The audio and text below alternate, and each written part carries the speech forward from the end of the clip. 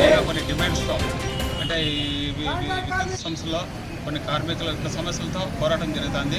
దాని పరవసానం ఈరోజు 2వ తారీఖు నుంచి 7వ తారీఖు వరకు మధ్యాహ్నం భోజనం వేళల విరామ సమయంలో మేము మా యొక్క నిరసన కార్యక్రమాన్ని మా స్టేట్ లీడర్లు జేఏసీ యొక్క అనుమతితో వాళ్ళ యొక్క ఆర్డర్తో మేము ఆదేశాలతో మేము ఈ నిరసన కార్యక్రమాన్ని చేపడుతున్నాము. ఇది ఇంకా 7వ తారీఖు వరకు 2వ తారీఖు నుంచి 7వ తారీఖు వరకు కొనసాగుతుంది. ఈ 7వ తారీఖు నుంచి తదుపరి మా స్టేట్ లీడర్లు జేఏసీ ఏమి తదుపరి ఆదేశాలు ఇస్తే ఆదేశాల ప్రకారము మేము తర్వాత కూడా కార్యక్రమం చేస్తాము, కొనసాగిస్తామని తెలియజేస్తున్నాం. మెయిన్ డిమాండ్స్ ప్రైవేటీకరణ ఆపడము ఫస్ట్ నెంబర్ 1. సెకండ్ అది ఈ ప్రైవేట్ కాంట్రాక్ట్స్ లేబర్స్ని రెగ్యులరైజ్ చేయాలి, పర్మనెంట్ చేయాలి. ఇంకోటి కారణం ఏమంటే ఈపీఎఫ్తో కొనసాగుతుంటారు. వాళ్ళు రిటైర్డ్ అయితే 1200-1500 వస్తుంది ఒక్కొక్క ఎంప్లాయీకి.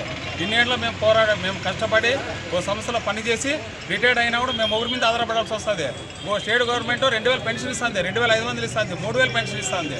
మాకు 2000 రావడం లేదు, 2500 రావడం లేదు. మేము పెన్షన్ తీసుకునేదే బెటర్ అనిపిస్తుంది. మేము ఇన్నేళ్ళు ఉద్యోగంలో చేసిన దానికన్నా ఓ పెన్షనరే మేలు హాయిగా ఉంటున్నాడు. మాకు జీపీఎఫ్ చేస్తే రిటైర్డ్ అయినాక మా బతుకులు మేము ఒకరి మీద ఆధారపడుకోకుండా మా జీవితం మా ఫ్యామిలీని మేమే సాక్కోగలమని అది మెయిన్. జీపీఎఫ్ చేయాలంటే దాని కొరకే జీపీఎఫ్ చేయాలని మేము పోరాటం చేస్తున్నాము. కేంద్ర ప్రభుత్వం ఏదైతే విద్యుత్ సవరణ చట్టం 2020 తెచ్చిందో దానివల్ల ఈరోజు మన రాష్ట్రంలో విద్యుత్ శాఖ అనేది ప్రైవేటీకరణ కాబోతుంది. అది కాకూడదని, అంతేకాకుండా మా విద్యుత్ ఉద్యోగులకు చాలా రకమైన సమస్యలు ఉన్నాయి. ఇవి చాలా ఏళ్ల నుంచి ప్రభుత్వం దృష్టికి మా యాజమాన్య దృష్టికి తీసుకుపోయినప్పటికీ అవి ఏవి కూడా నెరవేర్చే దిశగా యాజమాన్యం కానీ ప్రభుత్వం కానీ చర్యలు తీసుకోలేదు.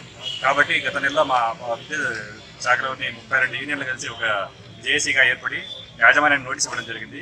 ఆ నోటీస్ ఇచ్చినప్పటికీ ఇప్పటి వరకు మా సమస్యలు పరిష్కరించలేదు. కాబట్టి మేము ఇలా నిరసన కార్యక్రమం చేపడుతున్నాము. 19/1/2000 నుంచి మేము 20 వరకు నల్ల బ్యాటరీలతో నిరసన తెలిపాము.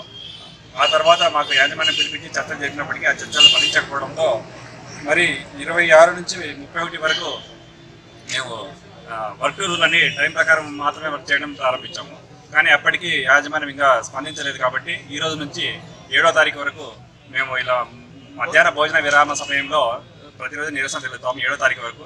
అప్పటికి యాజమాన్యం రాకపోతే 9వ తారీఖు నుంచి రెగ్యులైజేషన్ ఉంటాయి. తదుపరి మా పవర్ చేసి ఏదైతే ఆదేశాలు ఇస్తుందో వాటి ప్రకారం మేము మా డిమాండ్ అన్ని నెరవేర్చేంత వరకు మేము ఈ నిరసన కార్యక్రమం కొనసాగిస్తూనే ఉంటాం.